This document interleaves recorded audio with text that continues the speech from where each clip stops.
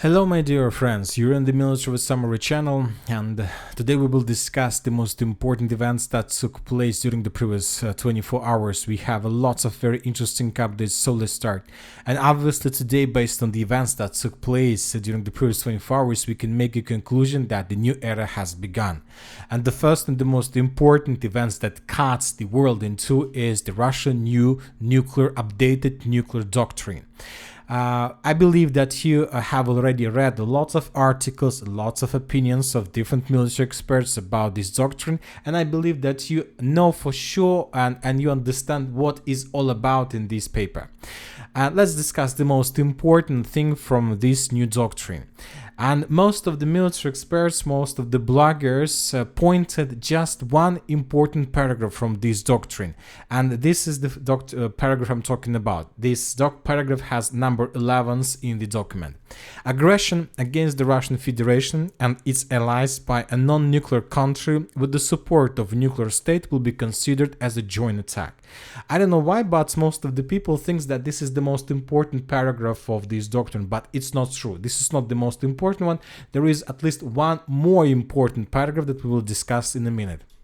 And you know, when I finished with the analysis of this document in the Telegram, in the internet, trying to understand what people do think about this, I came to a conclusion that most of the people, when they see this article, they translate this article to a simpler, much more simpler words, and this doctrine sounds as following: if Ukraine use long-range missiles on the territory of Russian Federation, this will mean that this is not just Ukraine who attacked the territory of Russia, but also the United States of America. And I believe that almost every single one of you, when was reading about this article, thought exactly this way. If Ukraine attacks, that means that it's not just Ukraine, but also the United States of America. And you know that this is just a particular case. This is just one case, very small case, that can be described by this doctrine, but this is not the entire doctrine, and this doctrine is not about the United States of America and not about like to blame USA, that USA attacked Ukraine, that Ukraine attacked the territory of Russian Federation using United States missiles. This is not about this. The most important paragraph of this doctrine is the paragraph number 10. Number 10. So let's read this paragraph very carefully. Aggression by any state that is a part of a military coalition, bloc or alliance against the Russian Federation and or its allies is considered an act of aggression by the entire coalition, bloc, alliance. This is the most important paragraph. I'll try to explain you why. Because the paragraph number 11 that we read before described just a small case, but when talking about the paragraph number 11s, this paragraph automatically launched paragraph number 10. I tried to explain to you. So once again, according to 11th paragraph, aggression against the Russian Federation and its allies by a non-nuclear country with the support of a nuclear state will be considered as a joint attack. That means that, for example, in case of Ukraine, in example of Ukraine and the States of America and Russian Federation, in this example, United States of America will be considered by the Russians as aggressors who attack deep inside of territory of Russia. And as soon as any country is considered as aggressor, that means that this will automatically launch the paragraph number 10. Aggression by any state that is a part of military coalition against the Russian Federation or its allies is considered as an act of aggression by the entire coalition. This means that if Ukraine attacked the territory of Russian Federation with long-range missiles that were provided by the United States of America, that means that, for example, Greece, the country that is a part of NATO, is also responsible for attack deep inside of territory of Russia. This is the most important. Now let's try to explain the situation, to describe the situation based on the real case that already took place during the previous 24 hours. This morning, the Ukrainian sources began publishing this video, and the Ukrainians were saying that in this video we might see how the Ukrainians attack deep inside of territory of Russia using ATACMS missiles, and there we can see one explosion. That means that according to the Ukrainians, at least one Ukrainian missile reached the target. Later we got some analytics from pro-Russian sources the picture of this base, and somewhere at 4 p.m., maybe plus minus, the Minister of Defense of Russian Federation reported that indeed the Ukrainians today attacked deep inside of territory of Russia with the use of ATACMS missiles, and there were 6 missiles, 5 of them were brought down by the Russians S-400 system and Panzer air defense system. 1 of them was damaged, and that missile that was damaged let's say went down on the territory of the warehouse, and then and after the missile went down to the surface, we can see the explosion that was published by different pro-Ukrainian sources. Let's calculate the distance before we continue. For example, the Ukrainians to attack the Russian ammo depot most likely were launching ATACMS missiles somewhere from the Sumy area, and the distance between the, let's say, edge position in the north and Sumy area and this warehouse is a little bit less than 120 kilometers. We understand that that was ATACMS, obviously, and most likely. Now let's try to explain, and now let's try to describe this situation based on the new Russian doctrine, and you will understand then what I am trying to tell you. So once again, Ukrainians used ATACMS missiles, and they attacked the territory today when the Russians adopted the new nuclear doctrine. The Ukrainians attacked the territory of Bryansk region with this missile.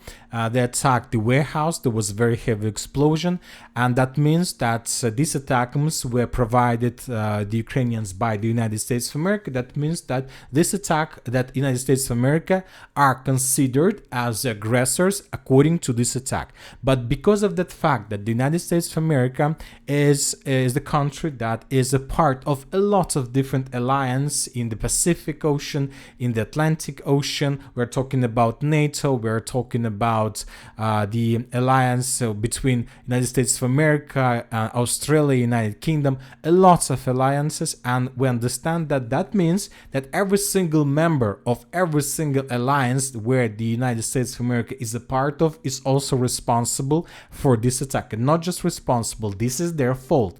So, and when we are coming to this case, that means that just a small Baltic state like Estonia is responsible for that attack. So this is the main point. This is the main idea of this document.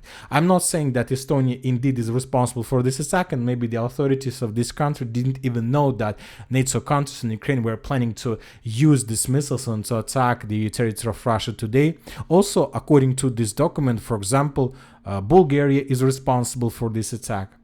And what I'm trying to tell you? I'm trying to tell you that this night there was very important and very strange event that took place in the Baltic Sea. And according to information we have, underwater cables suddenly snapped between Sweden and Lithuania, Germany and Finland. A communication cable laid under the Baltic Sea between Lithuania and Sweden was cut, and as a result of this accident, internet access was reduced by a third.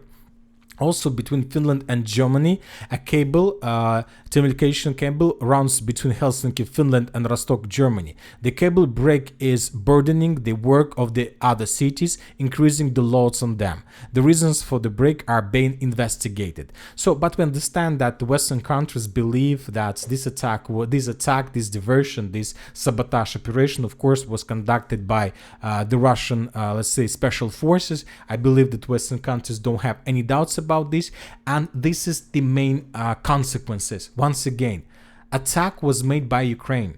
The second layer is the United States of America who provided this weapon to Ukraine. But as you can see, according to this doctrine, neither Ukraine nor United States of America suffered from this, from Russia. But third country, member of NATO, suffered for this situation. And we are talking, for example, in this case, about Finland and about Baltic states and about Germany. So this is the most important thing. And this doctrine tells us, for example, if Ukraine attacked the territory of Russia 10 times, that means that small countries like Estonia, Lithuania, Latvia, Romania, Bulgaria, for example, Greece, maybe Turkey, Maybe Spain will suffer from Russia as a result of this sabotage and reconnaissance operation. Maybe cables will be destroyed.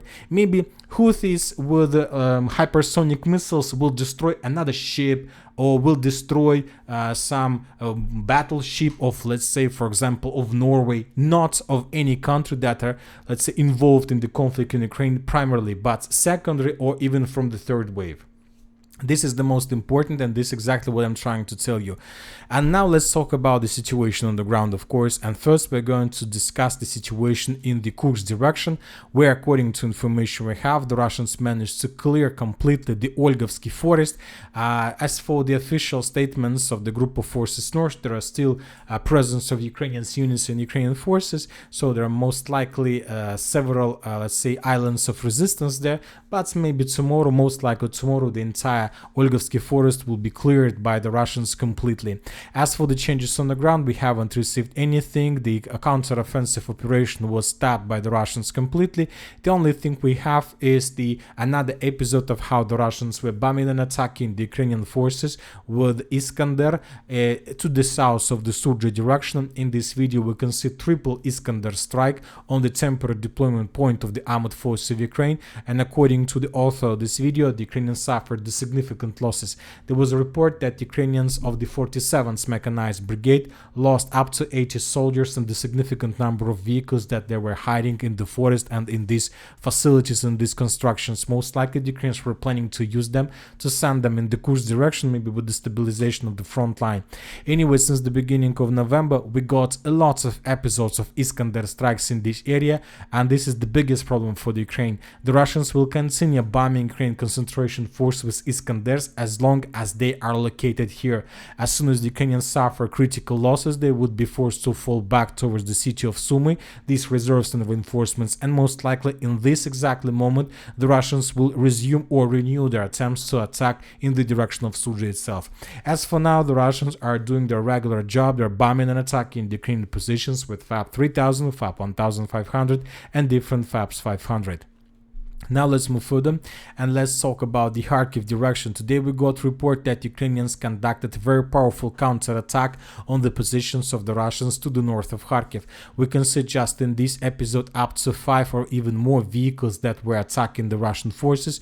The Ukrainians entered the Russian positions. There was a very short battle between the Russians and the Ukrainians. Currently we don't know for sure whether the Ukrainians managed to restore control over some positions, but the Ukrainians were attacking this forest. The Russians are saying that they managed to repel that attack, but as for now we don't know for sure. We need to wait for additional updates. Maybe we're gonna receive more videos, maybe some flags, and then we will adjust the map in Ukrainian favor if they manage to achieve some results. Now let's talk about the Kupyansk direction, and during the previous 24 hours we also got a lot of updates that the Russians managed to stabilize completely the situation in the northern Kupyansk. From now on, the northern Kupyansk is under complete Russian control. The Ukrainians were completely defeated and they were forced to fall back in the southeastern part and in the western part of the city. Now the Russians are going to strengthen their positions to bring additional forces, and maybe after short regrouping the Russians will continue offensive operation with the purpose to cut completely the artillery pocket between the northeastern part of Kupyansk itself and the village of Tabaevka. So this is going to be the next primary target for the Russians. They need to shorten the lines and to maintain the line of combat contact, and to do this first they need to clear these fields along N26 road. As for the territory between the central Kupyansk, southern Kupyansk and the Sirius direction, we haven't received anything special, just regular activity. The city of Chasiv Yar, the Russians began offensive operation and began assault operation on the Chasiv Yar citadel. There are very heavy clashes on the territory of this settlement, of this industrial complex. We currently don't know for sure whether the Russians managed to achieve some results, but most likely during the next day we're gonna start receiving first geolocations and first updates. As for the Donetsk direction, the same story. The Russians began assault operation on the mine of central mine, but for now we don't know for sure whether the Russians managed to achieve some results or not. Now let's talk about the Selidova direction. And from this territory we have a lot of changes on the ground. According to information we have, the Russians during the previous 24 hours managed to improve their positions between the village of Petrivka and the village of Yurivka and Novoalexeyevka. At least that was stated and was confirmed by different neutral mappers. So these are the changes on the ground according to them. And now let's move further in the southern direction, and today we got report from the Ministry of Defense of Russian Federation, and according to the Ministry of Defense, the Russians, the group of forces center, managed to establish complete control over the village by the name of Novoselidovka. This territory used to be considered as a gray zone or as a contested area. Most of the mappers, like neutral mappers and pro-Russian mappers, already adjusted the territory of Novoselidovka in Russian favor probably 2 or 3 weeks ago. We were keeping this territory as contested area until we get additional more reliable, let's say, confirmations. And just today, on the 18th of November, the Minister of Defense of Russian Federation confirmed Russian control over this settlement. Now, currently, we don't know for sure what exactly is happening in the fields between the village of Novoselidovka and the village of Ilinka, but most likely the Ukrainians either have already abandoned their positions from this pocket or are about to do this. The sources reported that the Russians managed to cross the railways between the village of Berestki and Nova Ilinka, and currently the clashes are taking place exactly in the central part of this settlement. So most likely the Russians will clear this village during the next 24 hours, and the Ukrainians would be forced to fall back completely to the village of Stare Terny. Now let's talk about the city of Kurakhove. The situation is very difficult and very critical. At least this information we can see and we can find both in pro-Russian and pro-Ukrainian sources. There are just several groups like 46th Air Mobile Brigade and those who are very close to the 25th Brigade reported that the Ukrainians are not planning to give up and they are not planning to surrender the city. And according to SAM, currently there is a process of redeployment of the significant number of reinforcements and reserves in this direction. Most likely the Ukrainians will try to counterattack the Russian forces with the purpose to restore control over the strategical points. As for the strategical points, first of all, we're talking about the village of Dalny. So I expect that during the next 24-48 hours, the Ukrainians will try to counterattack the Russians in this village with the purpose to force the Russians to fall back, and if the Ukrainians are able to restore control over Dalny, then they will be able to restore communications between the settlements along the river of Sukhiye Yali and the mainland. So as for now, this is the primary target for the Ukrainians, to restore control over this settlement. Let's see what is going to be next, but obviously the battle is going to be very difficult. Now we have additional reports that the Russians managed to improve their positions along the entire line of combat contact between the villages of Maximovka, Bogayavlenka, Trudova, Veselogaya and Elizavitovka. At least that was stated by different pro-neutral and pro-Russian mappers. The Russians improved their positions significantly, as you can see, and currently the distance between the possible Russian edge positions and the settlements and the villages along the Sukhiye Yali river is at some positions less than 1 kilometer, so it's already short rifle distance. The news is tightening, as you can see, and most likely if Ukrainians don't carry out counterattack in the direction of Dalny, most likely tomorrow the Ukrainians will lose any possibilities for evacuation from this area, and the significant number of Ukrainian troopers would be encircled by the Russians, and this is going to be the biggest cauldron since the beginning of the special military operation. Also, we start receiving updates that the Russians resume their attempts to attack in the direction of the village northern part of the village by the name of Razdolna. According to different geolocations that were provided by neutral and pro-Ukrainian mappers, the Russians managed to improve their positions and to take under control another block of fields and the fortifications and stronghold there, and to get as close as possible to the TO5-18 road. So obviously this is the primary target. If the Russians during the next several days are able to improve their positions a little bit more like this one, then this is going to be already artillery and FPV drone cuts of the road between Velika Novoselovka and the village of Bogatyr. So the closer the Russians are getting there, the more chances that the Ukrainians would be caught in cauldron on the territory of Velika Novoselovka. As for the Zaporizhzhia direction, during the previous 24 hours, we haven't received anything special. Several days ago and during the previous several days, we've been receiving lots of updates that the Russians began their greatest offensive operation, but as for the 19th of November, we haven't received anything that can confirm additional progress on the ground. And that's it for today. Military Summary channel reminds to condemn any violence in the world. Thank you for watching. Subscribe to my channel, put your likes, join my Patreon, and have a good day. Bye bye.